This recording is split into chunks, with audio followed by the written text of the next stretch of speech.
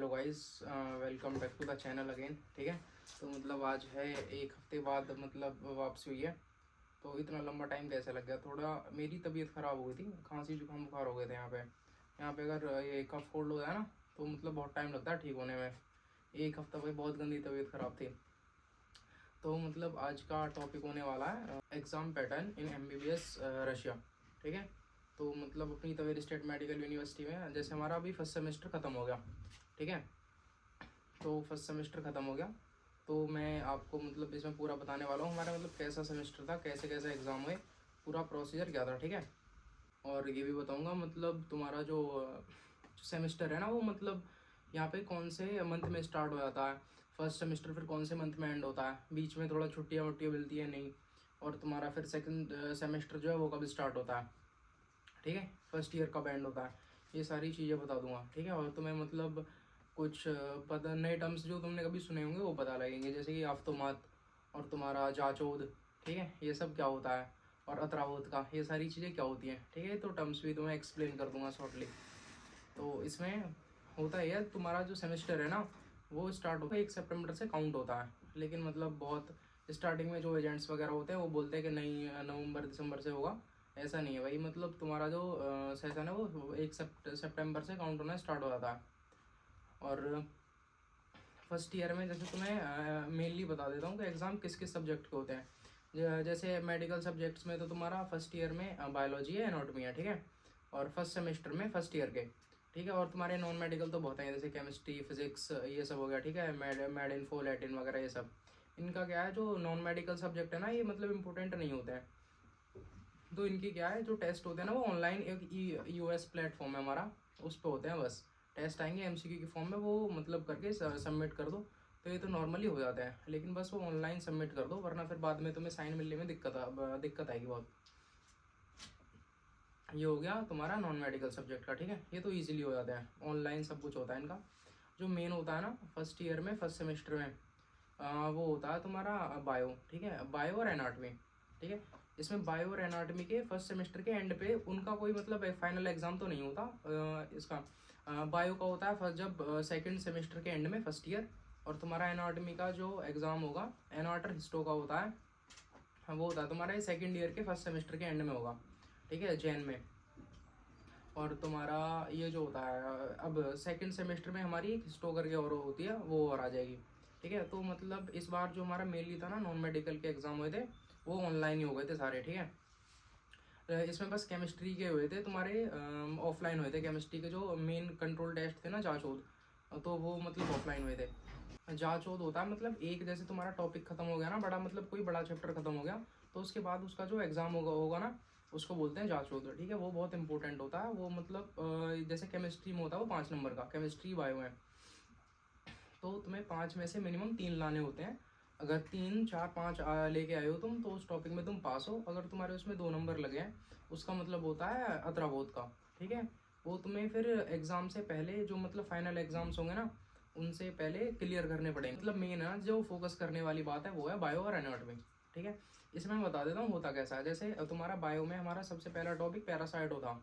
तो पैरासाइटों में क्या होता है, मतलब तुम्हें टीचर लास्ट क्लास में जो पढ़ाया ना एक टॉपिक दे देगी कि ये वाला टॉपिक तुम्हें नेक्स्ट क्लास के लिए पढ़ के आना है। ठीक है, अब नेक्स्ट क्लास में क्या होगा, नेक्स्ट क्लास में तुम जब जाओगे तो तुम्हारा 10 नंबर का टेस्ट होता है, 5 नंबर का MCQ होता है, 5 नंबर का वाइवा होता है। ठीक है, पहले मैम 5 MCQ के टेस्ट ले लेती है सब बच्चों से, और फिर उसके बाद होता है एक एक बच्चे को खड़ा करके उस टॉप मतलब जो तुम्हें लास्ट टाइम चैप्टर दिया था ना कोई टॉपिक दिया था, मतलब 3 4 टॉपिक मिला के देती है, उसमें फिर तुम्हारे उसके बेस पे मैडम क्वेश्चन पूछती है।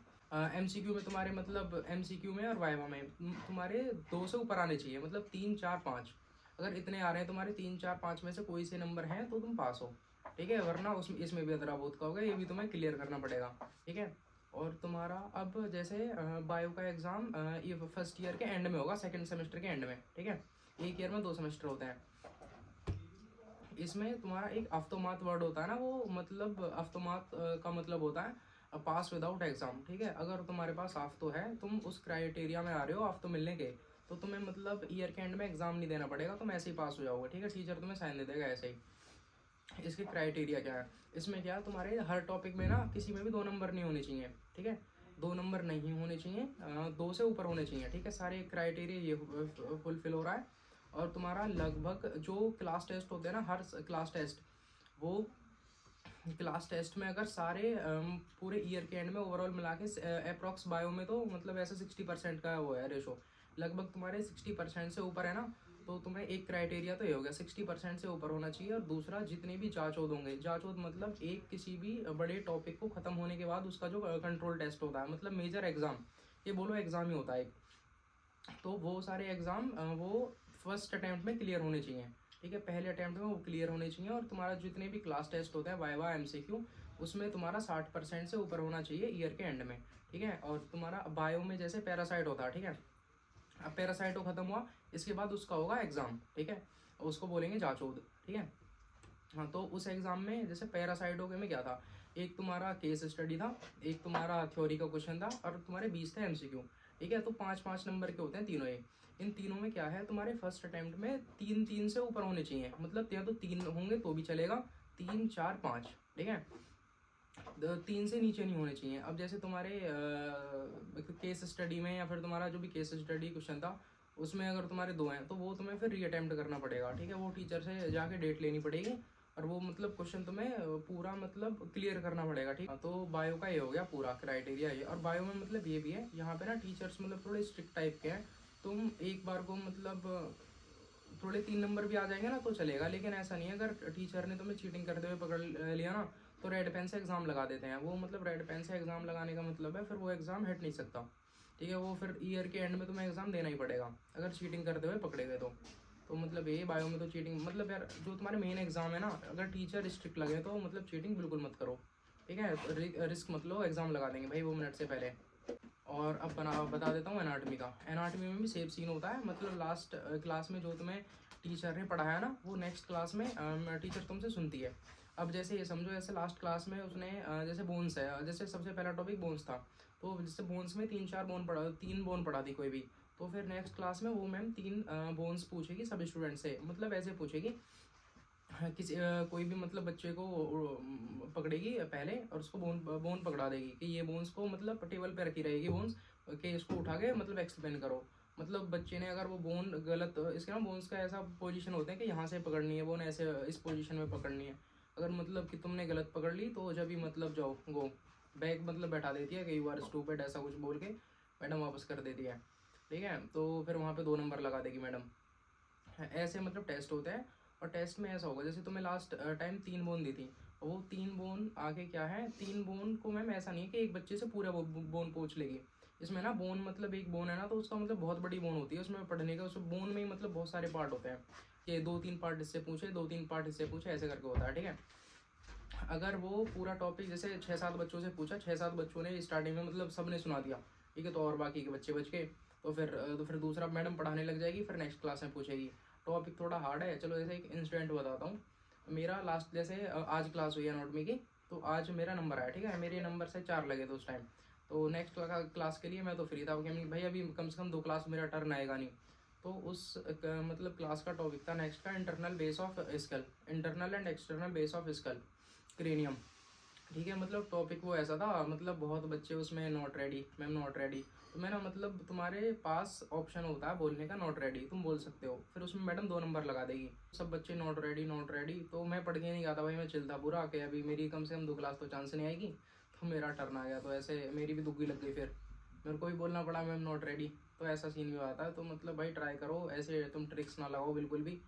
तो अगर टॉपिक हार्ड हुआ ना तो तुम्हारी टर्न एक आ जाती है कुछ, मतलब अगर किस्मत ख़राब है तो दुग्गी लग जाएगी, ठीक है। जो फर्स्ट ईयर के मेन सब्जेक्ट्स है ना, बायो एंड आर्ट, तो मतलब ट्राई करो भाई इनमें, तो मतलब ना ही तुम बिल्कुल भी मजाक करो इनके साथ, इनमें दुग्गी ना लगे, ठीक है, ये सीन होता है। और एनाटमी में मतलब और क्या बता सकते हैं, एनाटमी में तुम्हारा ये हो गया 5 नंबर के हर बार मतलब टीचर लेगी।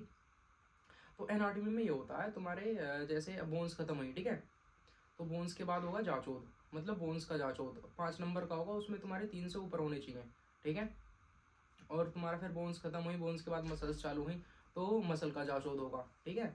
तो ऐसा होता है, ठीक है। सब सारे जांचोद तुम्हारे अगर फर्स्ट टाइम में अटेम्प्ट में क्लियर हैं तो ये मतलब बहुत अच्छी बात है। तो मैं एट द एंड मतलब ईयर के एंड में ना तुम्हें मतलब साइन भी बहुत ईजिली मिल जाएंगे और तुम्हें आफ्टोमार्क मिलने के चांसेस बहुत अच्छे रहते हैं। और एनाटॉमी में मतलब जो रेशो क्लास टेस्ट का होता है ना वो थोड़ा हाई रखते हैं, मतलब अप्रॉक्स 70% के लगभग, क्योंकि मतलब एनाटॉमी हमें बोलते हैं मेन सब्जेक्ट और टीचर बोलती है this is your main subject. और एक होती है जाचोदनाया कनिका, ठीक है, बोलते हैं उसे रेड बुक बोलते हैं इंग्लिश में, ठीक है, और उसकी में जाचोदनाया कनिका।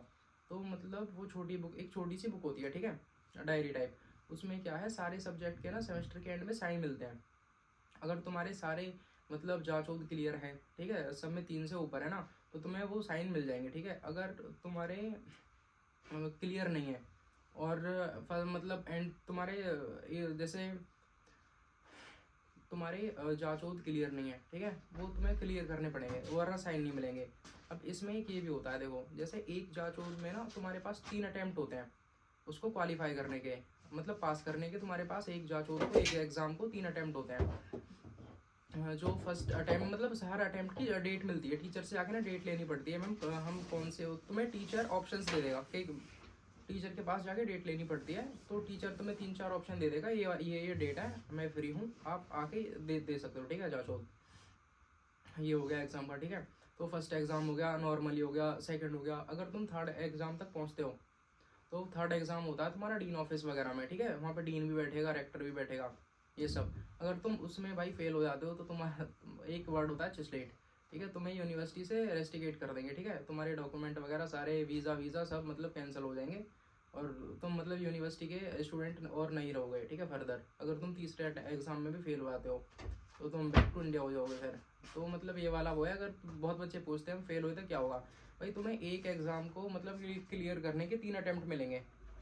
अगर तीसरा अटैम्प्ट तक तुम पहुंच गए तो देखो भाई चिस्लेट हो, मतलब यूनिवर्सिटी से निकाल देता है फिर, ठीक है। लेकिन जो तीसरा अटैम्प्ट होता है ना वहाँ पे मतलब फिर डीन होता है, रेक्टर होता है, सारी चीज़ें मतलब पूरे यूनिवर्सिटी के अच्छे लोग होते हैं, मतलब जो हेड पोजीशंस पे होते हैं वो।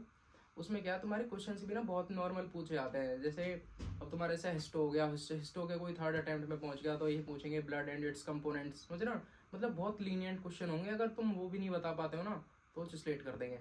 तो फर्स्ट सेमेस्टर 4 महीने होगा, जनवरी में एग्जाम होंगे। अगर तुमने आफ्टोमार्क ले लिया सारे सब्जेक्ट में तो तुम्हें एग्जाम देने की जरूरत नहीं है भाई, पूरी जनवरी तुम्हारी छुट्टी, ठीक है। फिर सेकंड सेमेस्टर स्टार्ट होता है फेब में किसी भी डेट से, ठीक है। तो फेब, मार्च, अप्रैल, मई, ठीक है, जून।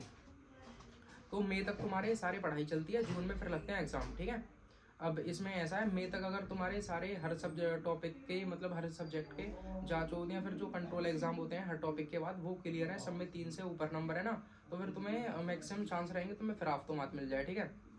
तो तुम्हें जून में भी एग्जाम देने की नहीं जरूरत है, फिर तुम घर अपने जल्दी जा सकते हो। यूनिवर्सिटी बंद रहती है उसमें जुलाई अगस्त में बंद रहती है, ठीक है, पूरा ऑफ रहती है यूनिवर्सिटी।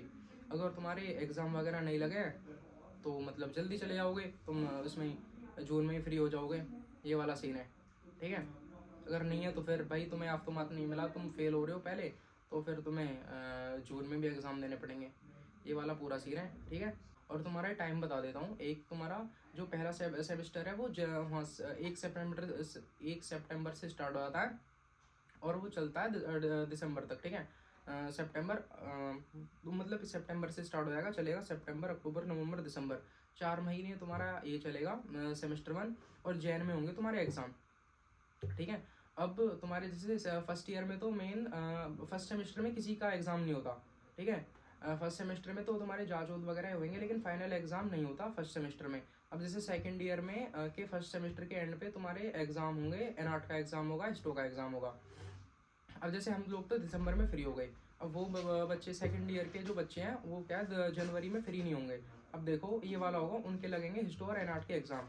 अगर बच्चे को मतलब उन्होंने पहले ही अगर उनके सारे मतलब क्राइटेरिया में आ रहे होंगे आफ्टोमार्क के, तो मतलब वो दिसंबर में ही फ्री हो जाएंगे, अपना पूरा जनवरी फिर एंजॉय करो भाई, अपना घूमो फिरो मजे लो, ठीक है। अगर तुम्हारे ना जांच ऊत क्लियर है ना कुछ क्लियर है, क्लास में अच्छे नंबर नहीं है, फिर तुम 1 महीने भाई बढ़िया करके पिलोगे, तुम्हारे लगेंगे एग्जाम।